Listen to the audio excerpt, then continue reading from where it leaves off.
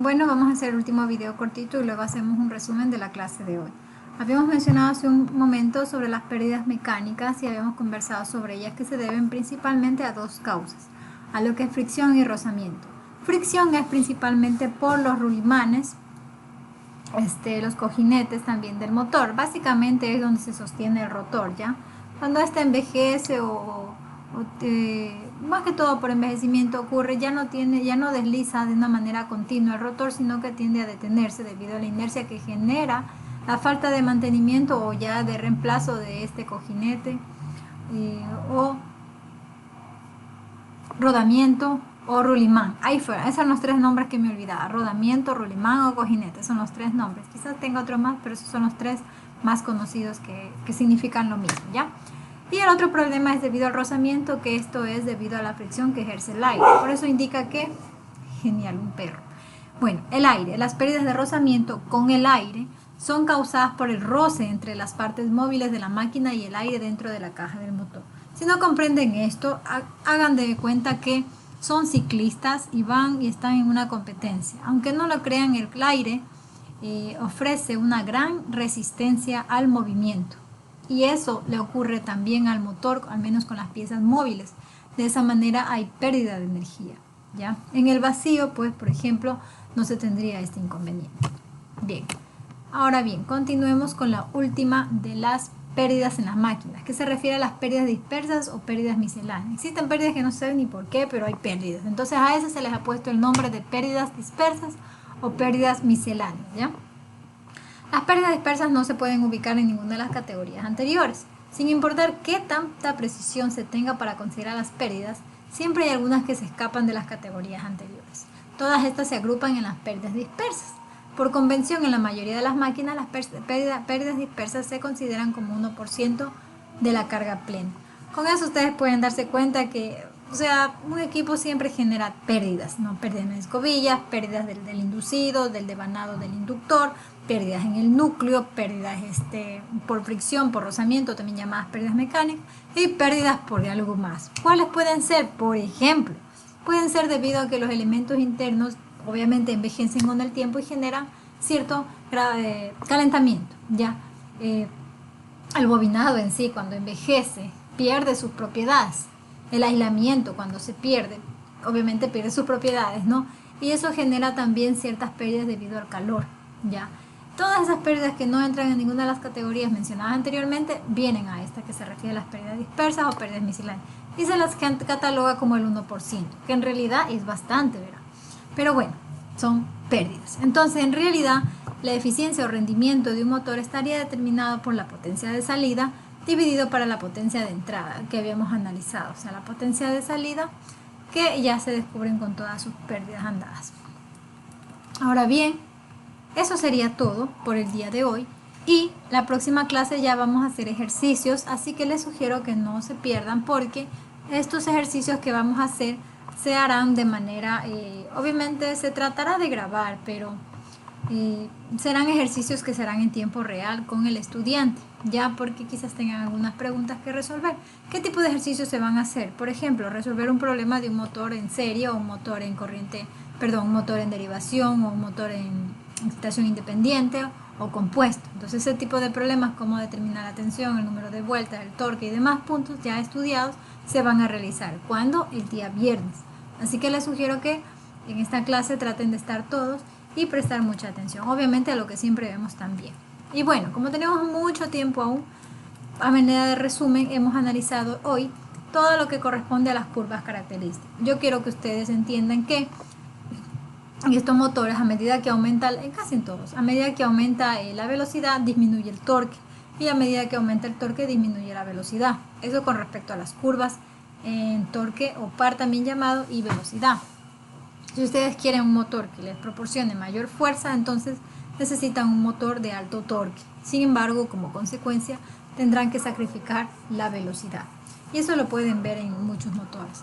A su vez, si desean un motor al contrario, si desean un motor que de gran velocidad, pues sacrificarán lo que es torque. Es parte del comportamiento de la máquina, de configuración, es parte de las leyes, cómo intervienen y del fenómeno físico de lo que ocurre, ¿ya? no es algo que se pueda cambiar. Se puede sí de cierta manera equilibrar, pero ya es algo intrínseco. Ahora bien, con respecto al par motor y la corriente del inducido, pues obviamente ustedes conocen que si yo incremento la corriente del inducido tendré mayor torque. En las tres categorías, siendo de excitación independiente y paralelo, o también de serie, o también de compound o compuesto, se darán cuenta que a medida que aumenta la corriente del inducido, también aumentará el torque. Pero si aumenta el torque, disminuye la velocidad. Entonces, si aumenta el torque y disminuye la velocidad, eso quiere decir que si yo aumento la corriente del inducido, debería por consecuencia reducir la velocidad. ¿Se dan cuenta? Todo está concatenado. Eso ocurre en la mayoría de las curvas, a diferencia solamente en la independiente, que tiende a mantener un valor constante hasta que llega a cierto punto de la curvatura donde existe un declive. Así que hay que tener mucho en cuenta eso. Obviamente en general tienen un comportamiento similar, pero algunas tienen un mayor declive que otras dependiendo del punto. Por ejemplo, algo algo que se tenga que tener con mucha cautela es en los motores de excitación en serie, debido a que si la corriente del inducido se reduce o se pierde, pues la velocidad se disparará, por decirlo en esos términos, o el motor se embala y eso, o pierde el control, y eso hay que tener mucho cuidado. Los motores compound, como están compuestos de serie y paralelo, no tienen este problema. Sin embargo, a consecuencia de eso, pierden otras características. En este mundo nada es perfecto, pero se logra mantener un equilibrio en función de la aplicación. Y en función de la aplicación es lo que vamos a ver en la siguiente clase con respecto a ejercicios prácticos, ya de que se utiliza un motor tal cosa para esto, para este otro, etc. ¿Sí? Ahora bien, me parece que hay un gato invadiendo. Bien, ya se ha ido. Ya. Entonces, eso es lo que vimos en este día. A manera de resumen les estoy indicando. En esta parte pues vimos en detalle sobre las curvas ya de cada motor. Esto ya lo analizamos, solo lo estoy haciendo un resumen nada más, ¿ya?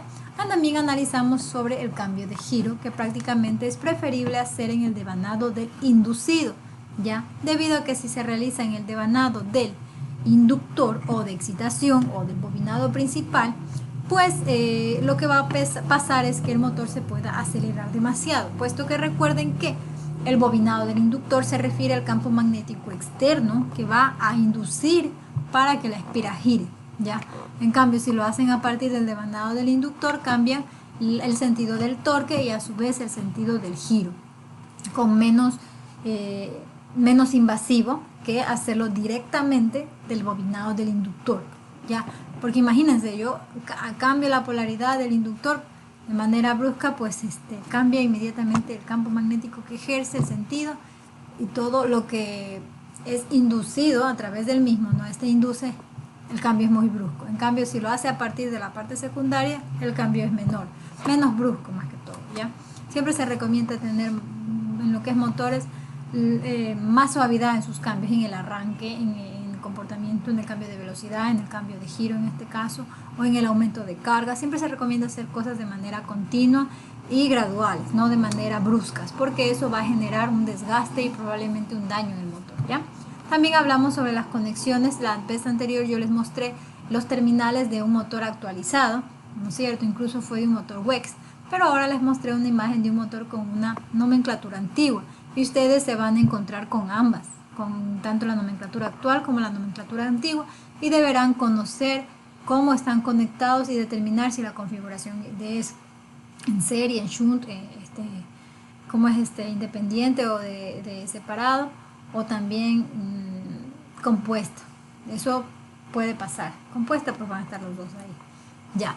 ¿Qué otra cosa más? También no se deben olvidar del bobinado de conmutación, que son bobinados auxiliares que logran solucionar el problema del desplazamiento de la línea del neutro, ¿ya? Bien, hablamos luego un poco de las pérdidas. Hablamos que la eficiencia de una máquina se define como la potencia de salida dividiendo para la potencia de entrada por 100. Pero las diferencias entre la potencia de entrada y la potencia de salida de una máquina son las pérdidas que suceden en su interior. Entonces podría sacar un porcentaje de rendimiento de que la potencia de salida menos la potencia de las pérdidas dividido para la potencia de entrada, obviamente por el 100% para tener un valor porcentual. Pero ¿cuáles son estas pérdidas que habíamos analizado? Habíamos dividido en 5 categorías, ¿no? Las pérdidas en el cobre, el devanado del inducido y el devanado del inductor. Cada una tiene su propia pérdida debido al paso de la corriente y la resistencia que ofrece este bobinado al paso de la misma, ¿ya? Genera una pérdida. También las pérdidas en las escobillas habíamos analizado por la caída de tensión en las mismas y se graduaba que iba a haber una caída de tensión aproximada de 2 voltios, debido a un escaneo, una estadística, un estudio ya realizado en la mayoría de los motores. Obviamente no puede ser 1.8, 1.7, 1.6, pero en general el promedio es de 2 voltios, ¿ya? Pérdidas en el núcleo, esto es normal debido a que es una pieza de hierro y hay un tema de la histéresis y de las corrientes parásitas que se estudia básicamente, se estudia bastante en lo que es el transformador, pues esas mismas las acarrea acá porque la composición es similar. Recuerden, para tener una idea general, todas son máquinas. El transformador también es considerado una máquina y las máquinas de corriente continua pues también son máquinas. ¿Cuál es la diferencia? Pues que los transformadores se los considera como unas máquinas estáticas y los motores o los generadores se los considera como máquinas rotatorias, ¿ya? Al final son máquinas. Entonces tenemos ambas están formadas por el tema del núcleo ferromagnético que genera pérdidas debido a la histéresis y corrientes parásitas. Por eso es que está inmerso en ambos temas, ¿ya?